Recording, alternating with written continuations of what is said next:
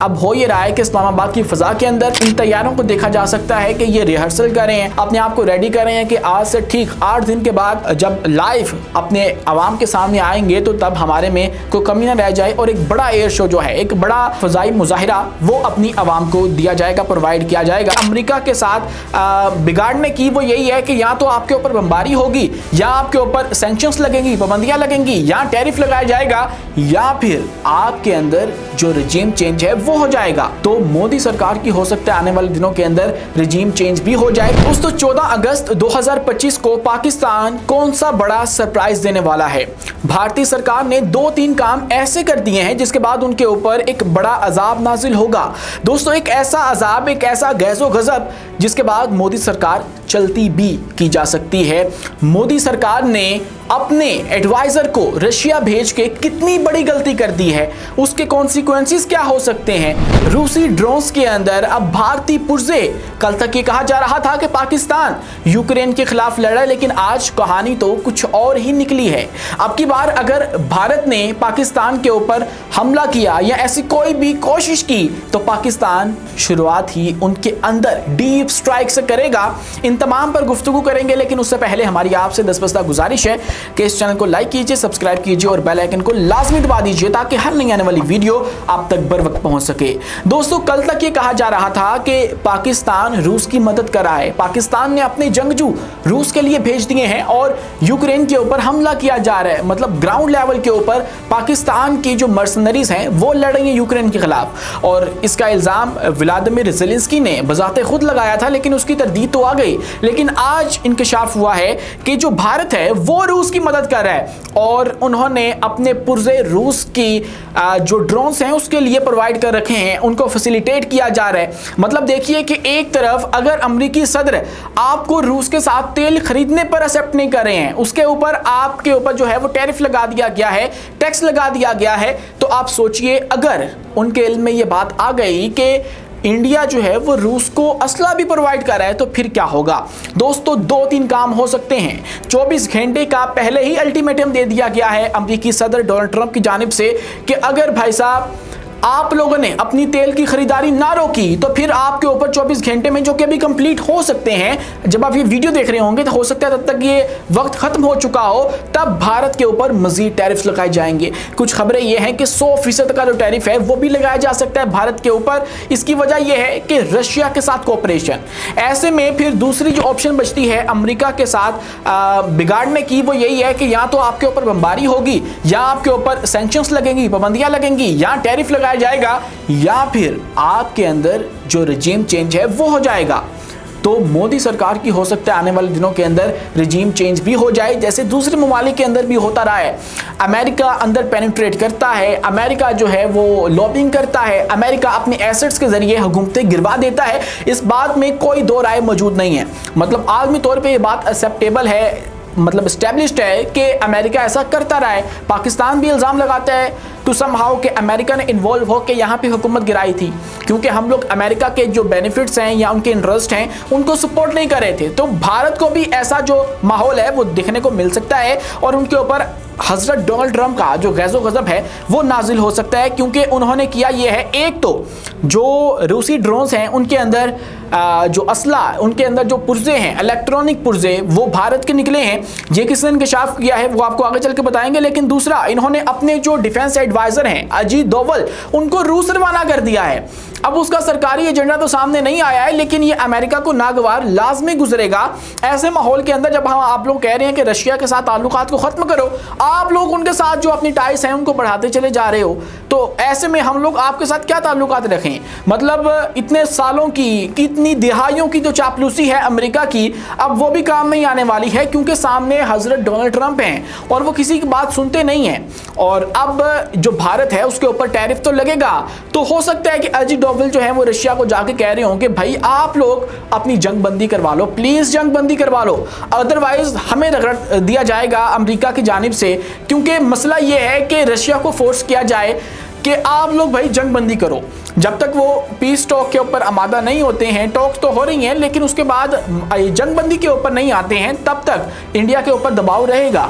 क्योंकि अमेरिका ये चाहता है कि हम लोग रशिया को टेबल के ऊपर लाके उससे अपनी बातें मनवा लें और यूक्रेन का जो पीछा है वो छुड़वा दें। इसके ऊपर जो है वो पुतिन राजी नहीं हो रहा, और अगर वो राजी हो जाता है तो फिर उसको अमेरिका की जानिब से जो सैंक्शंस हैं उसके अंदर भी रिलीफ देखने को मिल सकता है। तो अगर रशिया को दे दिया जाएगा तो फिर भारत को भी दे दिया जाएगा। तो इसीलिए हो सकता है अजीत डोभाल जाके वहां पे अब ये लॉबिंग कर रहे हो कि भाई आप लोग जो है वो जंगबंदी करो और हमारी भी जान जो है वो छुड़वाओ, अदरवाइज अमेरिका हमें माफ नहीं करने वाला है। उसने तो डंडा उठा लिया है जो कि हमारे सर पे रोजाना की बुनियाद के ऊपर मारा जा रहा है। और अब जब 24 घंटे मुकम्मल हो जाएंगे तो तब मजीद जो है वो काम खराब होने वाला है। अब यूक्रेनी जो सदारती दफ्तर है उसके सरबराह आंद्री यरमाक ने यह इंकशाफ किया है कि शाहिद और गिरान ड्रोन्स जो कि रूस यूक्रेन के खिलाफ इस्तेमाल कर रहा है उसके अंदर जो विषय टेक्नोलॉजी है। नाज़रीन किराम, ये एक इंडियन कंपनी है, इसके साथ ओरा सेमीकंडक्टर नामी एक कंपनी है। ये दोनों इंडियन कंपनीज हैं। इनके इलेक्ट्रॉनिक पुर्जे मिले हैं और कहा जा रहा है कि 136 के करीब जो पुर्जे हैं वो इन कंपनियों के मिले हैं। और इल्ज़ाम ये लगाया जा रहा था कि हम लोग यानी कि पाकिस्तान जो है वो मदद कर रहा है रूस की, लेकिन असल में उनका जो हमायती है, साथी है, वो तो इंडिया निकला है। चाइना मदद कर सकता है रूस की, उनको असला प्रोवाइड कर सकता है, उनको हर तरह की जो ट्रेड है उनके साथ कर सकता है, क्योंकि चाइना अमेरिका के साथ लड़ने की सलाहियत रखता है। लेकिन भारत इस हवाले से सोच भी नहीं सकता है। जी हाँ दोस्तों, अगर अमेरिका आपका तेल लेना रशिया के साथ वो बर्दाश्त नहीं कर रहा तो फिर आपका उनको असला देना और यूक्रेन के खिलाफ लड़ना वो कैसे बर्दाश्त करेगा। और वो क्लियर जो है वो बता चुका है कि भाई अगर किसी ने यूक्रेन के खिलाफ लड़ने की कोशिश भी की तो उसको फिर अमेरिका से लड़ना पड़ेगा। और जैसे इजराइल के पीछे वो खड़ा था ईरान इसराइल की जंग के अंदर, फिर उसने ईरान के ऊपर बमबारी की, तो फिर इसी तरह का जो गैज़ो गज़ब है, बमबारी तो हो सकता है ना करे लेकिन पाबंदियां लगेंगी और रजीम चेंज भी हो सकता है, टैरिफ लगाया जाएगा गैर मामूली हद तक। तो ये सारी की सारी जो गेम है वो इस वक्त रशिया के हाथ में है। रशिया का जंगबंदी कर लेता है और इस्तांबुल के अंदर जाके अगर ये मुज़ाकरात कामयाब हो जाते हैं तो फिर कोई बचत हो सकती है हमारे हमसायों की, भारत की। इसके लिए कोशिशें इस वक्त की जा रही हैं। नाज़रीन किराम, इसी के साथ 14 अगस्त को पाकिस्तान एक बड़ा सरप्राइज़ दे सकता है। 2025 को एक एयर शो रखा गया इस्लामाबाद के अंदर, जो कि हम आपको पहले बता चुके हैं, लेकिन उसके हवाले से अब कुछ क्रेडिबल सोर्सेज इस बात को रिपोर्ट कर रहे हैं कि एक बहुत बड़ा सरप्राइज होगा उस दिन। वो सरप्राइज क्या हो सकता है? मुमकिन तौर पे 3-4 इकदाम हैं जो कि पाकिस्तान कर सकता है। उसके अंदर एक तो जो हमारे J-17 थंडर्स हैं उनको प्रेजेंट किया जाएगा, उसके बाद C-130 को प्रेजेंट किया जाएगा, J-10C को प्रेजेंट किया जाएगा, और फिर ये वो तैयारे होंगे जो कि चाइना की मदद से पाकिस्तान ने हासिल किए और उसके बाद इन्होंने रिसेंटली बहुत अच्छा परफॉर्म किया है। कईयों ने रियाद के अंदर 2025 वाले एयर शो के अंदर बहुत बड़ा जो नाम है वो कमाया। उसके बाद जिन्होंने जंग के अंदर बहुत अच्छा परफॉर्म किया उनको भी दुनिया के सामने रखा जा सकता है।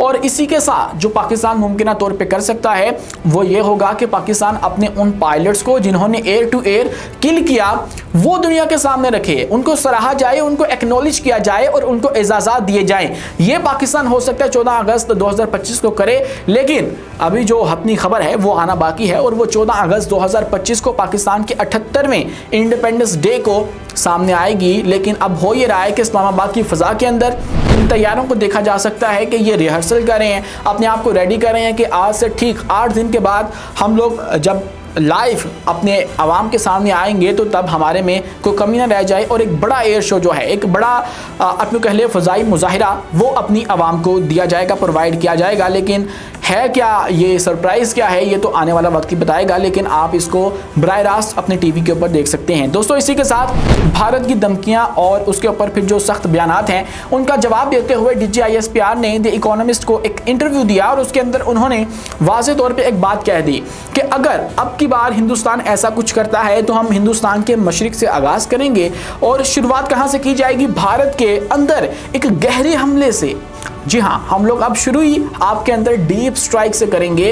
अगर आप लोग बाज ना आए और आप लोग यूं ही जंगी माहौल बनाए रखा आप लोगों ने तो फिर आप लोगों के लिए अच्छा नहीं होगा। क्योंकि आजकल हो ये रहा है कि रोज़ाना की बुनियाद के ऊपर जब हम सो जाते हैं तो रात को खबर आती है कि भाई भारत ने हमला कर दिया, इमरजेंसी नाफिज, बॉर्डर के ऊपर हाई अलर्ट। ये खबरें रोजाना सामने आती हैं। हमने आपको पहले भी ये क्लियर किया था कि ऐसा कुछ हो नहीं रहा, ऐसा कुछ नहीं हो रहा। भारतीय मीडिया कुछ ऐसी चीजें रिपोर्ट करता है, लेकिन उसका मकसद ये होता है कि पैनिक पैदा किया जाए और पाकिस्तान को ही कहा जाए कि भाई आप लोग जो है वो कुछ करो और फिर आप लोग हमारे सामने एक्सपोज हो जाओ, और यहाँ फिर उसको जवाब बना के एक और एडवेंचर या एक और झड़प जो है वो आपके साथ की जा सके। तो कल रात भी ऐसा ही हुआ। कहा गया कि 14 से 15 मिनट फायरिंग हुई है LOC के ऊपर और पूंछ सेक्टर के ऊपर ये फायरिंग चलती रही, लेकिन पाकिस्तान ने जब उसका जवाब दिया तो फिर भारतीय जो फोर्सेस हैं वो पीछे हट गई। उन्होंने सख्ती से मना कर दिया कि ऐसे बयानात ना चलवाई जाएं, क्योंकि फिर ये एक जंग की सूरत इख्तियार कर जाएंगे और जंग की सूरत के अंदर फिर हमारी दोबारा से पिटाई होगी। पाकिस्तान जो है वो हमें दोबारा से रगड़ा देगा और फिर ये हमारे लिए अच्छा नहीं होगा। तो फिर उन्होंने खुद भी, चूंकि वो अपनी हुकूमत से भी इस वक्त नाला हैं, उनकी अपनी हुकूमत और फौज के माबैन भी जो मामलात हैं वो इस वक्त ख़राब से ख़राब तर हो चुके हैं। मतलब वो नहीं बाइक आ रहे मोदी को, और मोदी का ये जो बयानिया था ऑपरेशन सिंदूर वाला, क्योंकि मोदी जो है वो दुनिया को सच बताने नहीं दे रहा, और जबकि उनकी फ़ौज इस बात पर यकीन रखती है कि सच बताओ और सच बताने के बाद जो अपनी कमज़ोरियाँ हैं उनको ठीक करो, और जो कि ठीक है। हम भारतीय एयरफोर्स को ये तो कहते हैं कि उनकी सलाहियतों में कमी है, लेकिन उनकी जो हिकमत अमली है फ्यूचर को लेके वो बिल्कुल ठीक है। वो अलग बात है कि ये उसके ऊपर अमल पैरा नहीं हो सकते, लेकिन वो ये बात जो कहते हैं कि हम लोग दुनिया को बताना चाहते हैं कि हमसे गलतियां हुई लेकिन हमने इनको ठीक कर लिया, अब हम बिल्कुल ठीक हैं। ये बात जो है वो उनकी किसी हद तक समझ में आती है। लेकिन मोदी कहता है कि सिर्फ ये बताओ कि भाई ऑपरेशन सिंदूर कामयाब हो गया, ऑपरेशन सिंदूर अभी भी चल रहा है। तो ऐसा करने पर उनकी फौज जो है वो उनसे इख्तलाफ इस वक्त रखती है, और अब हो ये रहा है कि मोदी के लिए एक बुरी खबर जो है वो आ सकती है, और अजय डोवल को इस वक्त जो है वो रशिया भेजना उनको बहुत ज़्यादा महंगा पड़ सकता है, जो कि उसने कभी सोचा भी नहीं होगा। और ख़ासकर ऐसे माहौल के अंदर जब दिल्ली और वाशिंगटन की आपस में फूट पड़ चुकी है, इनके ताल्लुकात अभी तारीख़ी तौर पे ख़राब हो चुके हैं, और ये भी हो सकता है कि जो सितंबर और अक्टूबर के अंदर एक दौरा बताया जा रहा था ट्रंप का कि वो भारत करेगा, वो भी ख़त्म हो जाए, वो भी रिफ्यूज़ कर दे, क्योंकि वो एक दिन के अंदर, एक दिन पहले भी इस बात से इनकार कर सकता है। ऐसा वो शख्स है, अनप्रेडिक्टेबल है, उसके हवाले से कोई भी खबर आप यकीन से नहीं बता सकते हैं।